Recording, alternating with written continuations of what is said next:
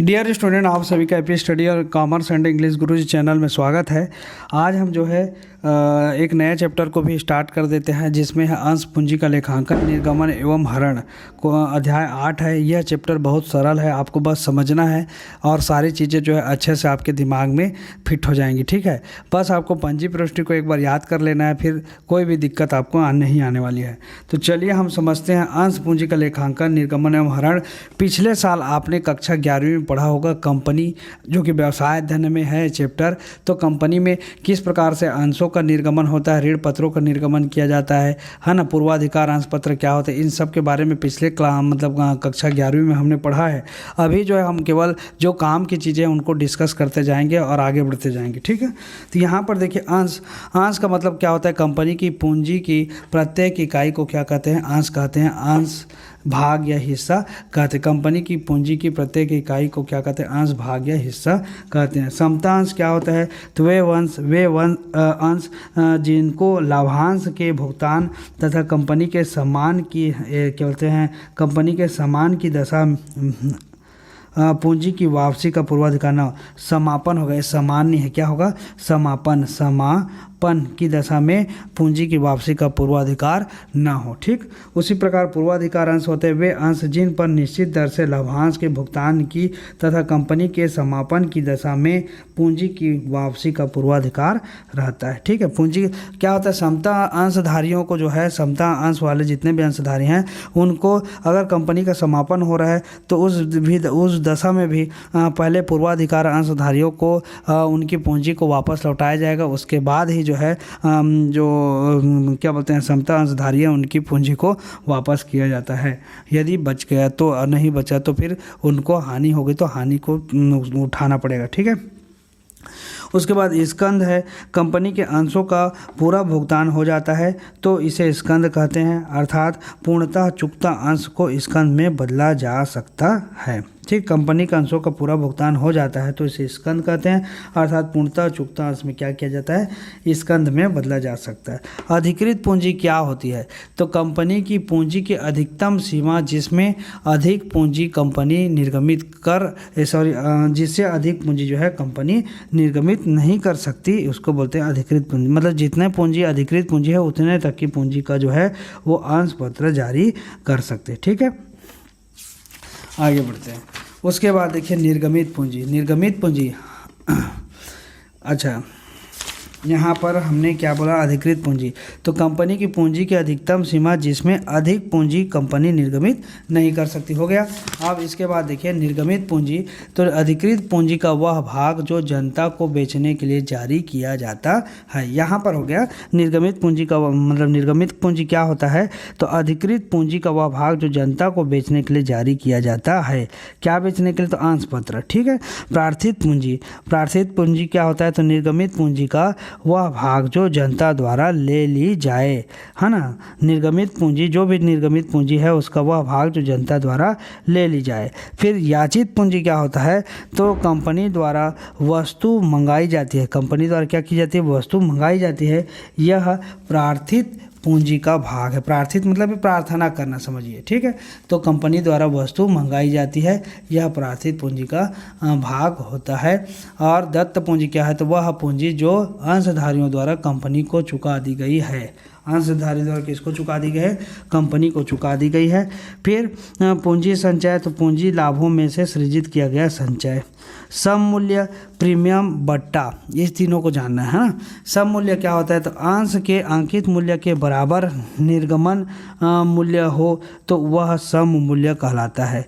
दूसरा लिखा है प्रीमियम मूल्य, तो जब अंश का सम मूल्य अंकित मूल्य से अधिक होता है तो इसे प्रीमियम मूल्य, मतलब जो अंश पत्र में जो मूल्य छपा रहता है उस मूल्य से अधिक मूल्य पर जब अंश पत्र को क्या किया जाता है, बेचा जाता है, तो उसे हम क्या बोलते हैं, प्रीमियम। मूल्य, ठीक। और यह मतलब यहाँ पर लिखा है, देखिए, जब अंश का मूल्य अंकित मूल्य से अधिक होता है, मतलब जितना का अंश का मूल्य है उससे अगर अधिक देना पड़ रहा है उसके लिए, अंश पत्र को खरीदने के लिए, तो वहाँ पर प्रीमियम मूल्य कहलाएगा, ठीक। और जब जितना अंश पत्र में लिखा हुआ है उतना ही मूल्य हमको देना पड़ रहा है, मतलब हमारा क्या हो गया, सम मूल्य हो गया। अब बट्टा मूल्य मतलब जब अंश का निर्गमित मूल्य उसके अंकित मूल्य से कम हो, जब भी जो भी अंश पत्र है उसका निर्गमित मूल्य जो है क्या होगा, अंकित मूल्य से कम हो। अंकित मतलब वहाँ पर जो छपा हुआ है अंश पत्र में, उससे अगर हम कम रेट में उसको खरीदते हैं उस रेट से, तो हमारा क्या हो जाएगा, बट्टा मूल्य कहलाएगा, ठीक। अति अभिदान क्या होता है, तो अति अभिदान मतलब जितने अंशों के लिए कंपनी ने आवेदन मांगे हो, जितने अंशों के लिए कंपनी ने आवेदन मांगे हो उनसे कम अंशों के लिए आवेदन प्राप्त होना अल्प अभिदान कहलाता है। क्या बोल रहा है, सॉरी, यहाँ पर अति अभिदान को पढ़ रहे थे, है ना। पहले अति अभिदान को देख लीजिए, जितने अंशों के लिए कंपनी ने आवेदन मांगे हो उनसे अधिक अंशों के लिए आवेदन प्राप्त होना, है ना, क्या कहलाता है, अति अभिदान कहलाता है, ठीक। जितने अंशों के लिए कंपनी ने आवेदन मांगे हो उनसे अधिक अंशों के लिए आवेदन प्राप्त होना, मतलब जितना हमको शेयर जारी करना है, कंपनी को जितना शेयर जारी करना है उससे अधिक के लिए अंश मतलब आवेदन आया है, तो वहाँ पर क्या हो जाएगा, अति अभिदान कहलाएगा। और अल्प अभिदान क्या होगा, जितने अंशों के लिए कंपनी ने आवेदन मांगे हो उनसे कम अंशों के लिए आवेदन आया है या प्राप्त हुआ हो, तो उसको हम बोलते हैं अल्प अभिदान कहते हैं, ठीक।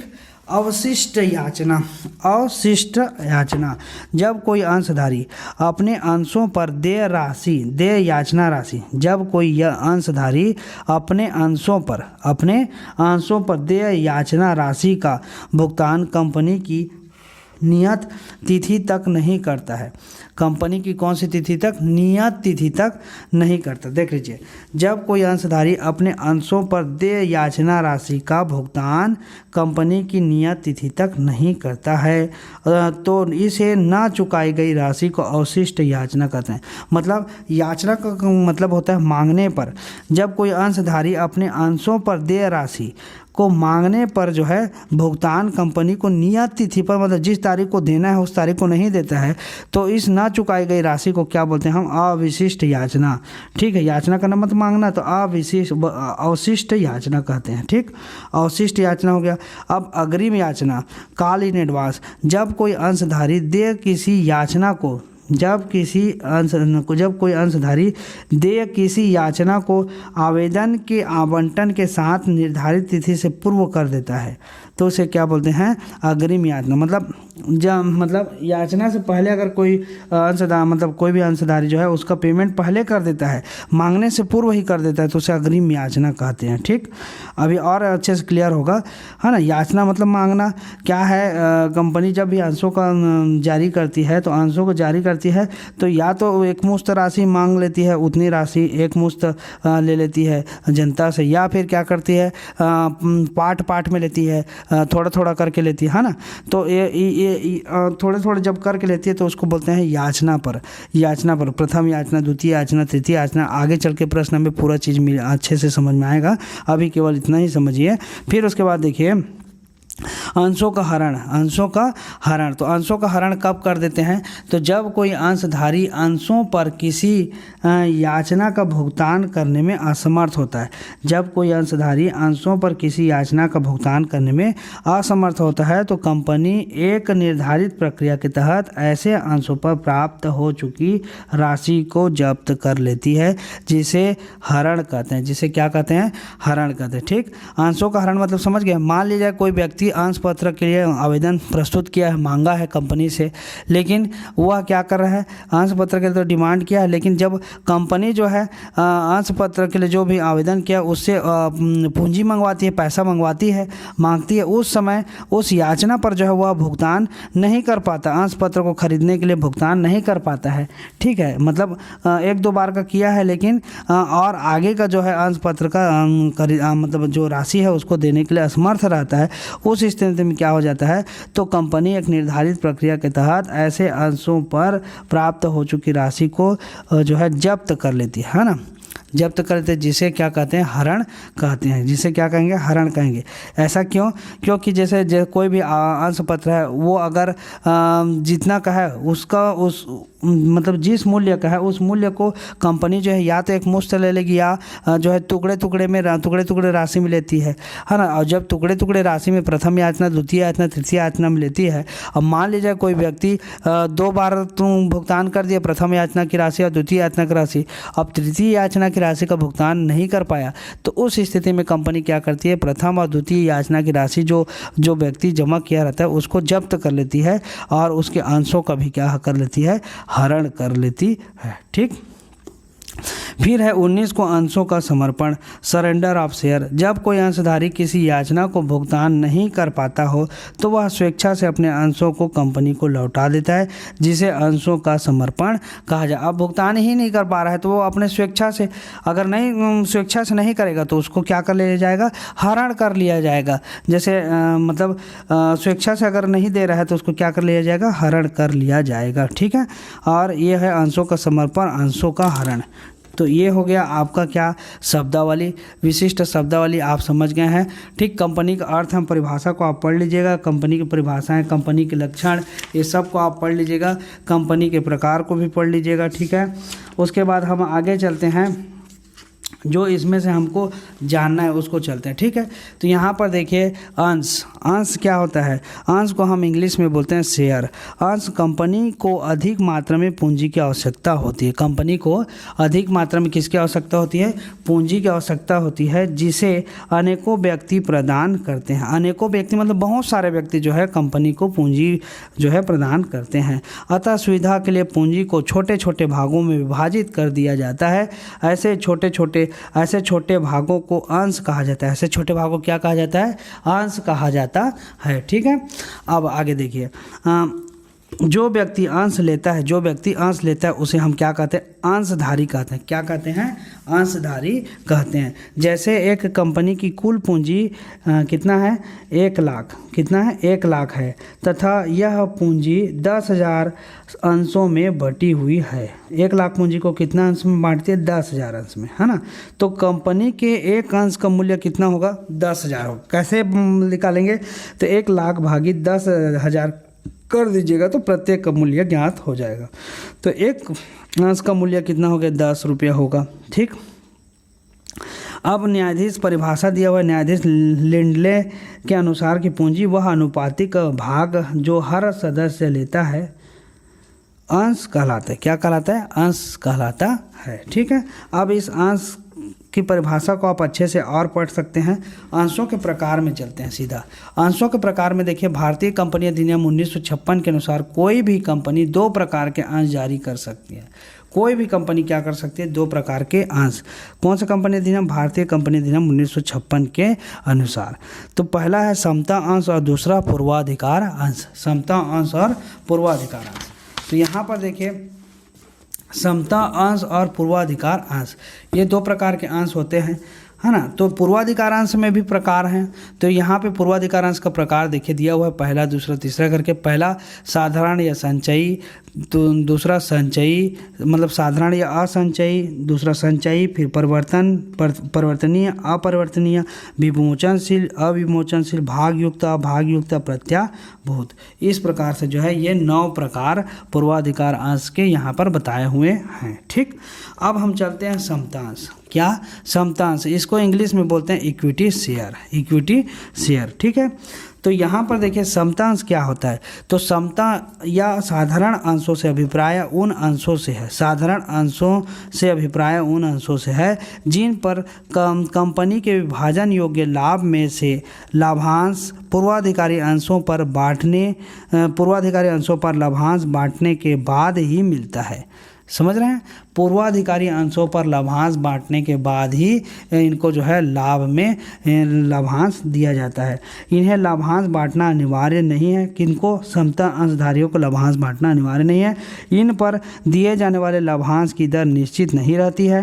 कंपनी के समापन के समय पूर्वाधिकारी अंशधारियों को पूंजी वापस करने के बाद यदि शेष बचती है तो समता अंशधारियों को पूंजी लौटाई जाती है।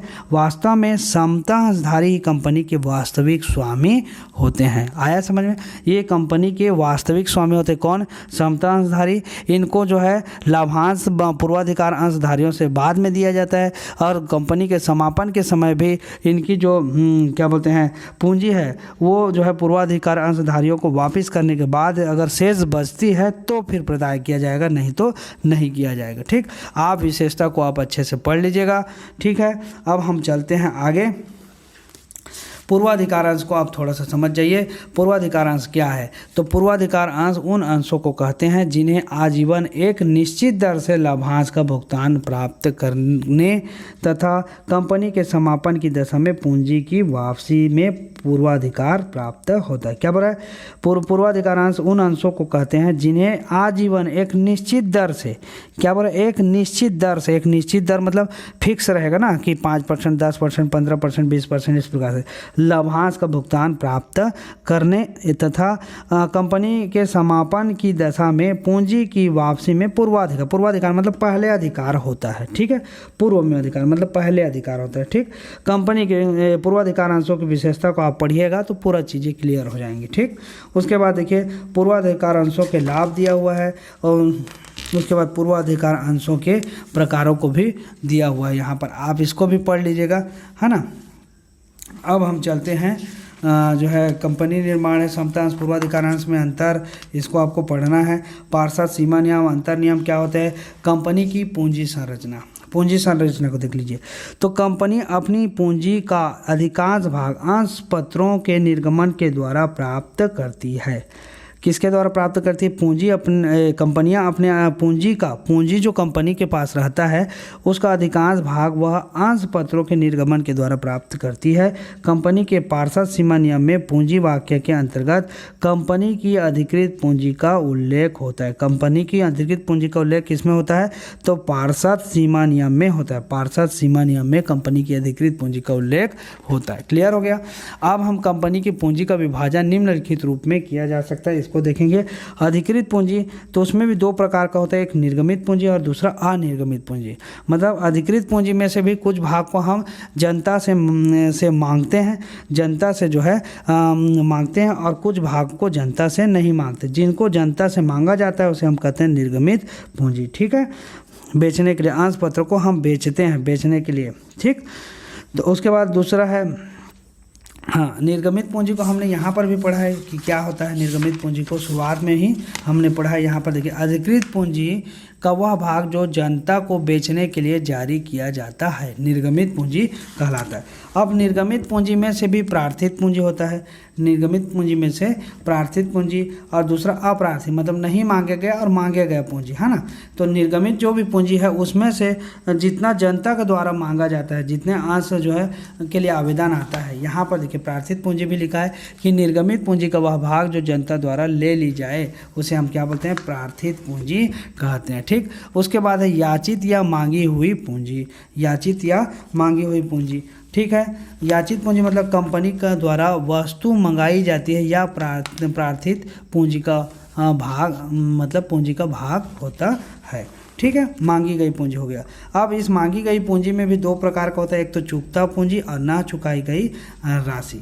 मतलब एक चुकता मतलब चुका दिन देते हैं मांगने पर, और एक होता है ना चुकाई गई जिसे हम अदत्त याचना, मांगते हैं लेकिन हमको प्राप्त नहीं होते, उसे हम कहते हैं अदत्त। या और दूसरा होता है इधर अयाचित पूंजी, जिसको मांगा ही नहीं गया। तो आरक्षित पूंजी और संचित पूंजी दो प्रकार के होते हैं इसमें भी, है ना। चलिए यहाँ पर और अच्छे से दिया है अधिकृत पूंजी क्या होता है, और उसके बाद निर्गमित पूंजी, प्रार्थित पूंजी। निर्गमित पूंजी का वह भाग जिसे जनता द्वारा ले लिया जाए प्रार्थित पूंजी कहलाता है। ठीक, याचित या मांगी गई पूंजी, तो प्रार्थित पूंजी का वह भाग जिसे जनता से मांग लिया जाता है उसे याचित पूंजी या मांगी गई पूंजी कहते हैं। फिर अयाचित पूंजी या न मांगी गई पूंजी, तो प्रार्थित पूंजी का वह भाग जिसे जनता से अभी नहीं मांगा गया है अयाचित पूंजी या न मांगी गई पूंजी कहलाता है। फिर उसके बाद है प्रदत्त या चुकता पूंजी, तो मांगी गई पूंजी का वह भाग जिसे जनता द्वारा चुका दिया गया है प्रदत्त पूंजी या चुकता पूंजी कहलाता है, और जिसको नहीं चुकाया गया है वो अदत्त पूंजी कहलाता है। ठीक, उसके बाद स्थायी पूंजी, जो पूंजी स्थायी परिसंपत्तियों जैसे भूमि, भवन, मशीन, फर्नीचर आदि में लगी होती है उसे स्थायी पूंजी कहते हैं। चल पूंजी, तो समस्त पूंजी का वह भाग जो कंपनी की चालू आवश्यकताओं को पूरा करने के लिए काम में आता है चल पूंजी कहलाता है। यह चल पूंजी संपत्ति की क्रय एवं व्यापार संचालन के व्ययों की पूर्ति हेतु आवश्यक होती है, इसे अल्पकालीन पूंजी भी कहा जाता है। अब संचित पूंजी को भी देख लीजिए। संचित पूंजी क्या होता है, तो संचित दायित्व वाली कंपनी एक विशेष प्रस्ताव द्वारा यह निर्माण कर सकती है कि कंपनी की प्रार्थित पूंजी का वह भाग जो मांगा नहीं गया है केवल कंपनी के समापन की दशा में ही मांगा जाएगा। ठीक है, ऐसी पूंजी को हम क्या बोलते हैं, संचित पूंजी या आरक्षित पूंजी कहते हैं। केवल कंपनी की समापन की दशा में ही मांगा जाता है इस पूंजी को। ठीक है, उसे हम क्या बोलेंगे, संचित पूंजी कहते हैं। अब हम चलते हैं आगे, पूंजी संचय भी दिया हुआ है, आप पढ़ लीजिएगा। अब हमको जो है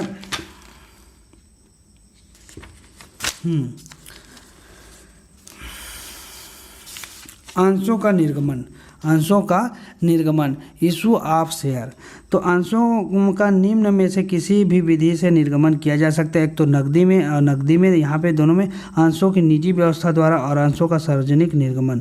ठीक है, प्राइवेट प्लेसमेंट ऑफ शेयर और पब्लिक इशू ऑफ शेयर, नकदी के अतिरिक्त किसी अन्य प्रतिफल के बदले।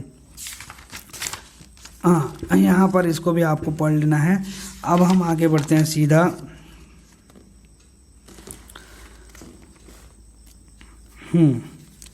यहाँ पर देखिए, अंश प्रमाण पत्र, कंपनी द्वारा अपने अंशधारियों को उसके द्वारा लिए गए अंशों के प्रमाण स्वरूप अपनी मोहर लगाकर जो प्रमाण पत्र दिया जाता है उसे हम क्या कहते हैं, अंश प्रमाण पत्र कहते हैं। जो भी अंश खरीदेगा जो भी व्यक्ति, उसको जो कंपनी की तरफ से एक प्रमाण पत्र दिया जाएगा जिसे हम क्या कहेंगे, अंश प्रमाण पत्र कहते हैं।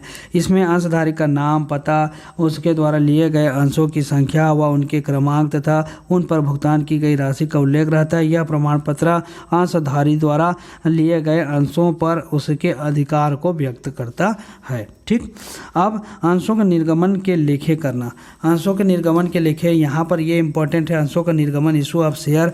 तो ये देखिए, एक मुश्त राशि प्राप्त करने हेतु, दूसरा होता है राशि किस्तों में प्राप्त करने हेतु, और तीसरा होता है अन्य किसी प्रतिफल के रूप में जैसे संपत्ति के लिए, है ना।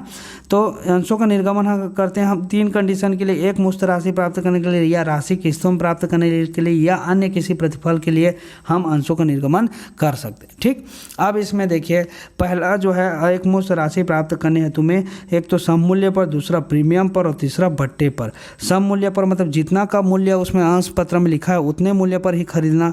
दूसरा होता है जितना मूल्य का है अंश पत्र उससे अधिक मूल्य में उसको निर्गमन करना। ठीक, और तीसरा होता है बट्टे पर निर्गमन करना का होता है कि जितने का है अंश पत्र, जितने मूल्य का है उससे कम मूल्य में, मान लीजिए 10 रुपये का अंश पत्र और उसको आप 8 मतलब कंपनी जो उसको 8 रुपये में निर्गमित कर रही है तो वो हो गया बट्टे पर। प्रीमियम पर मतलब 10 रुपये का 12 रुपये में कर रही है तो प्रीमियम पर हो गया, मतलब उसके मूल्य से अधिक मूल्य में। और सम मूल्य मतलब 10 रुपये का है तो 10 रुपये में कर रही है इसलिए सम मूल्य पर हो गया वो सम। ठीक है, उसी प्रकार किस्तों में प्राप्त करने हेतु भी सम मूल्य, प्रीमियम और बट्टे पर, तीनों पर जारी किया जाता है। उसी प्रकार अन्य किसी प्रतिफल के रूप में अगर कोई संपत्ति प्राप्त करने के लिए अंश पत्र निर्गमित कर रहे हैं तो भी वह सम मूल्य, प्रीमियम और बट्टे पर होगा। इस प्रकार से जो है 3 कंडीशन पर जो है अंशों का हम निर्गमन करते हैं। क्लियर हो गया।